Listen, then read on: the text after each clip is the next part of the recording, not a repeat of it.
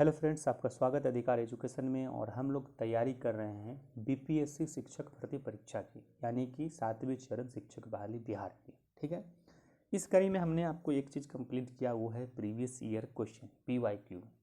वो अगर आपने नहीं देखा है तो इस वीडियो के बाद आप वो जाकर सारे प्रीवियस ईयर देख लें।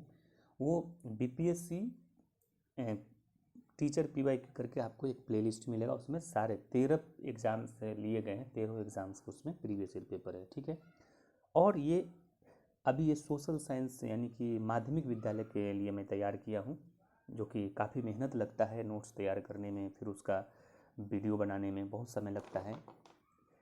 तो आपके लिए मैं इतना मेहनत कर रहा हूँ क्योंकि मैं चाहता हूँ, मेरी बस एक ही मंशा है कि आप एक सफल हो और आपकी सफलता में मेरा भी थोड़ा सा योगदान हो, ताकि जब भी हम आपसे मिले, आप मिले, तो आप कहें कि सर मैं आपका वीडियो देखता था तो मुझे अच्छा फील हो, और मुझे भी लगेगा कि चलो कुछ समाज को मैंने दिया, देश को मैंने दिया। ठीक है, तो इसी कड़ी में हम सोशल साइंस के हिस्ट्री का वीडियो देख रहे हैं बना। उसमें हमने इससे पहले 3 चैप्टर को अपलोड कर दिया, आप नहीं देखें तो इस वीडियो के बाद आप जाकर जो है प्लेलिस्ट से वहाँ देख लेंगे कि माध्यमिक विद्यालय शिक्षक सामाजिक विज्ञान का एक जो है प्लेलिस्ट है। ठीक है, तो चलिए शुरू करते हैं। हो सकता है कि ये चैप्टर बड़ा है और इसमें बहुत सारे फैक्ट हैं, तो हो सकता है कि इसका 2 वीडियो में कोशिश करूँगा ना, तो क्योंकि अगर एक ही वीडियो में बनाऊँगा तो बहुत बड़े हो जाएंगे, घंटों भर के होंगे, और मुझे मालूम कि आप घंटों भर के वीडियो देखेंगे नहीं, क्योंकि युवा पीढ़ी है, युवा पीढ़ी को तो जानता हूँ, तो इसलिए छोटा छोटा ही बनाऊँगा। इसका मैं 2 पार्ट या 3 पार्ट कर देता हूँ, आप उसको सारा वीडियो देखिए, और मेरे जितने वीडियो अपलोड हो रहे हैं ना, आप सबको उसको देखिए, 2 बार 3 बार देखिए, ताकि इसके एक एक लाइन आपको याद हो जाए, क्योंकि किताबों को काफ़ी गहन अध्ययन के बाद निकाले गए फैक्टों को यहाँ तैयार करते हैं और नोट्स बनाते हैं, फिर आपके लिए वीडियो तैयार करते हैं। ठीक है ना, तो चलिए शुरू करते हैं। और हाँ, एक चीज़ और, अगर आपने अभी तक चैनल को सब्सक्राइब नहीं किया है तो आप चैनल को सब्सक्राइब कर लें। और अगर आप सोशल साइंस के नोट्स चाहते हैं SCERT बुक्स के, जिससे आपके पाठ्यक्रम में सिलेबस में रहेगा, क्योंकि मैंने एक वीडियो बनाया है पाठ्यक्रम पे, क्योंकि इसमें साफ लिखा हुआ कि प्राथमिक विद्यालय हो चाहे माध्यमिक विद्यालय हो, कि माध्यमिक विद्यालय के पाठ्यक्रम से संबंधित आपके प्रश्न होंगे, यानी कि बिहार के स्कूलों में जो पाठ्यक्रम हैं उससे संबंधित प्रश्न होंगे। स्तर इसका ग्रेजुएशन लेवल का होगा, चाहे इंटर लेवल का होगा, प्राइमरी के लिए और माध्यमिक के लिए ग्रेजुएशन लेवल का। ठीक है, तो ये SCERT बुक से तैयार किया गया है। और तो चलिए हम शुरू करते हैं। आज हम देख रहे हैं विश्व युद्धों का इतिहास, इकाई 4 है ये। देखिए, प्रथम विश्व, आपको याद रखना है, क्या क्या याद रखना है। देखिए, प्रथम विश्व युद्ध का जो ना क्या क्या 1914 से लेकर 18 तक चला। ठीक है ना। अब देखिए, साम्राज्यवादी स्पर्धा, रूस जापान युद्ध। रूस जापान युद्ध कब हुआ? 1905 में। आपको याद रखना है विजय कौन हो गया इसमें? विजय हुआ जापान। कहता है कि तुर्की साम्राज्य तथा ऑस्ट्रिया हंगरी में अधिकांश निवासी स्लाव जाति के थे। कौन सा जाति के थे? स्लाव जाति के थे। इन लोगों में सर्व स्लाव आंदोलन चला। अब देखिए, क्वेश्चन पूछेगा कि सर्व स्लाव आंदोलन किसने चलाया था? तो स्लाव जाति ने चलाया था, है ना। और कहाँ चला था? तो तुर्की और ऑस्ट्रिया हंगरी में। ठीक है, ये आपको याद रखना। अब देखिए, कहता कि इन लोगों ने सर्व स्लाव आंदोलन को शुरू किया, और इसका सिद्धांत था कि यूरोप के सभी स्लाव जाति को एकजुट करना। यूरोप के सभी स्लाव जाति को क्या करना? एकजुट करना। सर्वजन आंदोलन का लक्ष्य था बाल्कन प्रायद्वीप में जर्मन साम्राज्य का विस्तार। ठीक है, 1912 ईस्वी में जर्मनी ने इम्प्रेटर नामक जहाज बनाए। आज देखिए क्वेश्चन कैसे पूछेगा, मैं एक चीज़ बता देता हूँ आपको, कि देखिए पूछेगा कि इम्प्रेटर क्या था, क्वेश्चन आ जाएगा, उसमें लिख देगा कि एक हथियार था, वेपन था, चाहे लिख देगा जहाज था, या कुछ भी दे देगा, या एक ग्रह, एक अंतरिक्ष उपग्रह का नाम है। तो आपको याद रखना कि इम्प्रेटर क्या था? जहाज था। और देखिए इसी लाइन से कैसे क्वेश्चन बनेगा, लिखेगा कि इम्प्रेटर नामक जहाज का निर्माण किसने किया था, तो उसमें कई देशों का नाम देगा, तो उसमें क्या हो जाएगा? जर्मनी किया जाएगा। और देखिए एक क्वेश्चन क्या बनेगा कि इम्प्रेटर नामक जहाज का आविष्कार कब हुआ था, तो ये है 1912। देखिए इसमें 3 तरह के, एक ही क्वेश्चन है ना, एक लाइन है, 3 क्वेश्चन बन सकते हैं और 3 प्रकार के बन सकते हैं। तो ये ईस्वी वाले तो मुझे कम लगता है पूछेगा, लेकिन पूछ भी सकता है, क्योंकि भाई इसको 100 क्वेश्चन आपके सब्जेक्ट से लाना है और आपके पाठ्यक्रम से संबंधित होंगे, बाहर से तो इसको देना नहीं सब्जेक्ट में। तो ये डेट भी हमको लगता है डेट भी रहेगा, तो इसलिए मैंने खोज कर, सच बताऊँ बहुत मेहनत लगता है ये वीडियो तैयार करने में, बहुत मेहनत लगता है। कई कई घंटों तक आपके चैप्टर्स को 4 बार 5 बार अध्ययन करने के बाद उसमें एक एक लाइन से फैक्ट निकालना, फिर उसको कॉपी पे नोट बनाना, उसके बाद फिर वीडियो तैयार करना, बहुत मेहनत करना पड़ता है। आप लोग सपोर्ट कीजिए चैनल को बढ़ाइए, आगे बढ़ाइए और हमारे साथ जुड़े रहिए। आगे भी आपके साथ बने रहेंगे हम। और दोस्तों से ज़रूर बताइए कि आप इस चैनल के बारे में बताइए और इस चैनल को सब्सक्राइब करने के लिए कहिए और वीडियो पूरा वॉच कीजिए, ठीक है। चलिए अब देखिए,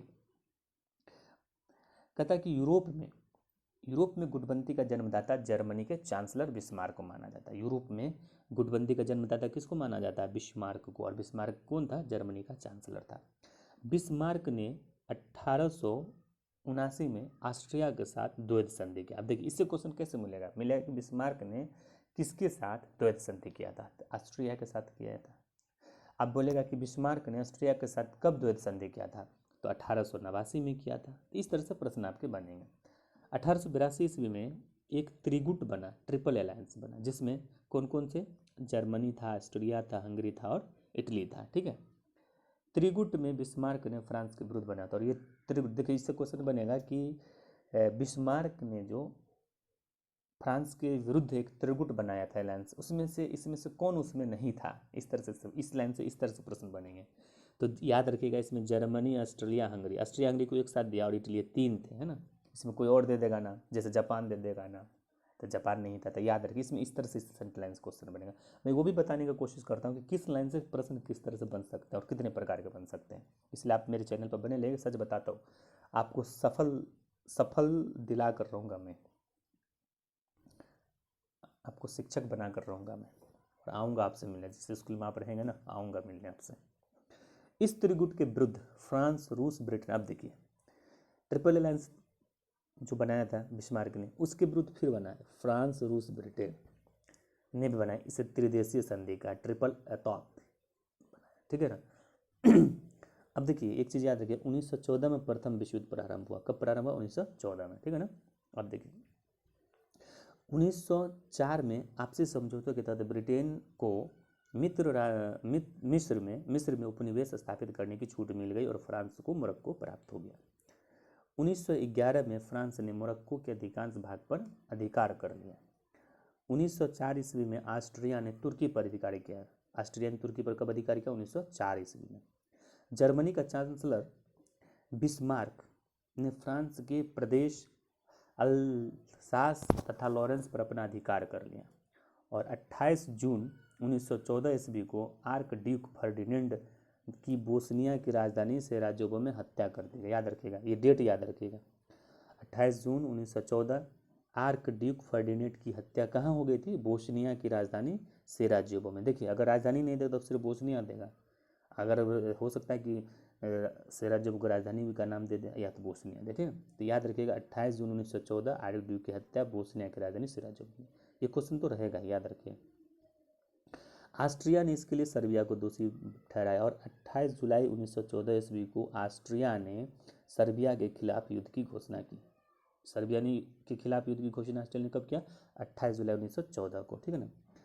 जर्मनी ने 1 अगस्त 1914 को रूस और 3 अगस्त 1914 1 अगस्त 1914 को रूस और 3 अगस्त 1914 को फ्रांस के खिलाफ युद्ध की घोषणा की। याद रखिएगा, जर्मनी में 1 अगस्त 1914 को रूस और 3 अगस्त 1914 को फ्रांस के खिलाफ युद्ध की घोषणा की।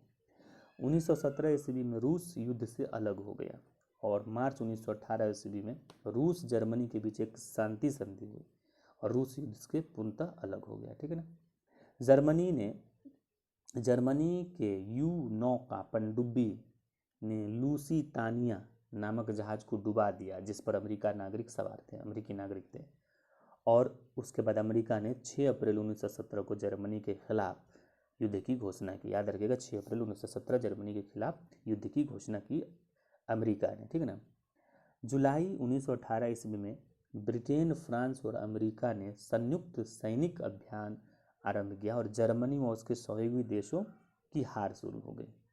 उसके बाद बुल्गारिया सितंबर 1918 में अलग हो गया। अब देखिए अक्टूबर में तुर्की ने आत्मसमर्पण कर दिया और 3 नवंबर 1918 ईस्वी को ऑस्ट्रिया तथा हंगरी के सम्राट ने आत्मसमर्पण किया। जर्मन सम्राट कैसर विलियम द्वितीय पलायन कर हॉलैंड चले गए। याद रखिएगा पलायन कर कहाँ गए थे, हॉलैंड गए थे। और जर्मन सरकार ने 11 नवंबर 1918 को विराम संधि पर हस्ताक्षर किया और युद्ध समाप्त हो गया। जनवरी 1918 ईस्वी में अमेरिकी राष्ट्रपति वुडरो विल्सन ने एक शांति कार्यक्रम प्रस्तुत किया जो 14 सूत्री के नाम से याद रखे होगा। अब देखिए इससे प्रश्न कैसे बनेंगे, बोलेगा कि 14 सूत्री कार्यक्रम किसने दिया या पेश किया था, वुडरो विल्सन ने। क्या बोलेगा कि 14 सूत्री कार्यक्रम जब आया था तो अमेरिका के राष्ट्रपति कौन थे, तो वुडरो विल्सन थे। फिर बोलेगा कि वुडरो विल्सन ने 14 सूत्री कार्यक्रम कब दिया था, तो जनवरी 1914 ईस्वी में दिया था। इस तरह के एक लाइन से कई तरह के क्वेश्चन बनते हैं, ठीक है ना। अब देखिए इसमें क्या क्या चीज़ था, ये था, मैं जल्दी ये तो नहीं पूछना चाहिए, फिर भी मैंने लिख दिया है कि कहीं अगर 4-5 चीज़ देगा कि इसमें से क्या नहीं था तो वहाँ आपको ये काम आएगा, ठीक है ना। जहाँ इसमें ये जो बात संधि था इसमें क्या था, राज्यों के बीच संधि खुली बातचीत के चलाना, जहाजरानी की स्वतंत्रता, हथियारों की कमी, बेल्जियम की स्वतंत्रता, फ्रांस को अल्सास और लॉरेंस की वापसी, यूरोप में स्वतंत्र राज्यों की स्थापना, सभी राज्यों की स्वतंत्रता की जमानत के लिए अंतर्राष्ट्रीय संगठन की स्थापना आदि था, ठीक ना। अब देखिए वर्साई की संधि। वर्साई की संधि पे बात करते हैं कि जनवरी एवं जून के बीच में विजय शक्तियों यानी कि मित्र राष्ट्रों का एक सम्मेलन पेरिस में बुलाया गया था। पेरिस के उपनगर वर्साई में और फिर पेरिस में हुआ था। पहले वर्साई में हुआ, फिर दूसरा जो है पेरिस में हुआ, ठीक है ना। और पेरिस का उपनगर वर्साई था, शुरुआत में पेरिस में। जैसा अभी देखिए बिहार भारत के अंदर G20 का बैठक हो रहा था, देखिए सभी अलग अलग शहरों में हो रहा है। अभी जो है शुरू हुआ, कल जो है पर्यटक विदेश मंत्री का बैठक जो है कश्मीर में हुआ है। तो इस तरह से होता है, ठीक है ना। अब देखिए इस सम्मेलन में 27 देश भाग ले रहे थे, लेकिन 3 देश ब्रिटेन, फ्रांस, अमेरिका ही निर्णायक भूमिका में था। अमेरिकी राष्ट्रपति वुडरो विल्सन, ब्रिटेन के प्रधानमंत्री लॉयड जॉर्ज और फ्रांस के प्रधानमंत्री क्लीमेंसु रूस को सम्मेलन में से बाहर रखा था, ठीक है ना। देखिए इस सेंटेंस को फिर से पढ़िएगा कि अमेरिकी राष्ट्रपति वुडरो विल्सन, ब्रिटेन के प्रधानमंत्री जॉर्ज लैड, फ्रांस के प्रधानमंत्री जॉर्ज क्लीमेंसु थे, तीनों ने रूस को इस सम्मेलन से बाहर रख दिया था। मतलब वर्साई में जो बैठक हुई थी ना उसमें रूस को नहीं बुलाया गया था, याद रखिएगा इस चीज़ को, ठीक है ना। और देखिए मुख्य संधि जर्मनी के साथ 28 जून 1919 को हुआ था, जिसको वर्साई की संधि कहा जाता था। तो वर्साई की संधि से जो अलग रखा गया, अब देखिए वर्साई की संधि में क्या क्या था वो देख लेते हैं। वर्साई की संधि की मुख्य बात क्या क्या था। वर्साई की संधि की मुख्य बात था कि जर्मनी को युद्ध का जिम्मेदार बताया गया। अब देख क्वेश्चन पूछेगा कि वर्साई की संधि में युद्ध का जिम्मेदार किसको बनाया था, जर्मनी को। फ्रांस को अल्सास लॉरेंस का क्षेत्र वापस दिया गया। जर्मनी की सार क्षेत्र को, कोयला खदानों को 15 वर्ष के लिए फ्रांस को दे दिया गया और इसका प्रशासन राष्ट्रसंघ के पास रहा। जर्मनी को अपने युद्ध पूर्व क्षेत्र का कुछ भाग डेनमार्क, बेल्जियम, पोलैंड और चेकोस्लोवाकिया को देना पड़ा। और जर्मनी की सेना को 1 लाख तक सीमित कर दिया गया और उससे वायुसेना एवं पनडुब्बी के अधिकार छीन लिए गए। टोंगा, कैमरून ब्रिटेन तथा फ्रांस ने बांट लिया। उस तरह से प्रशांत क्षेत्र में जो है चीन के अधिकार क्षेत्र को जापान को दे दिया। मित्र राष्ट्रों को जो हानि हुई थी उसका हर्जाना भी जर्मनी को भरना पड़ा और इसीलिए उसे 6 अरब 10 करोड़ पाउंड निश्चित किया गया, याद रखिएगा इसको। ब्रिटेन को फिलिस्तीन और इराक मिला, फ्रांस को सीरिया मिला, याद रखिएगा। ब्रिटेन को फिलिस्तीन, इराक दिया और फ्रांस को सीरिया। और राष्ट्रसंघ लीग ऑफ नेशन का संविदा आया, मतलब बनाने का एक प्रस्ताव आया जिसका उद्देश्य था शांति सुरक्षा को बनाए रखना और अंतर्राष्ट्रीय झगड़ों को शांतिपूर्ण निपटारा करना और सदस्य देशों को युद्ध का सहारा न लेने के लिए बाध्य करना, ठीक है ना। और ये है उसका परिणाम है। तो वीडियो बड़ा हो जाएगा, मैं अभी छोटा छोटा वीडियो बनाता हूँ, 15 मिनट के लगभग वीडियो है। परिणाम से मैं पार्ट 2 वीडियो बना दूंगा आपको, आप वहाँ जाके देख लेंगे। और चैनल को आप सब्सक्राइब कर लीजिए, चैनल पर बने रहिए, आपकी सफलता सुनिश्चित होगी।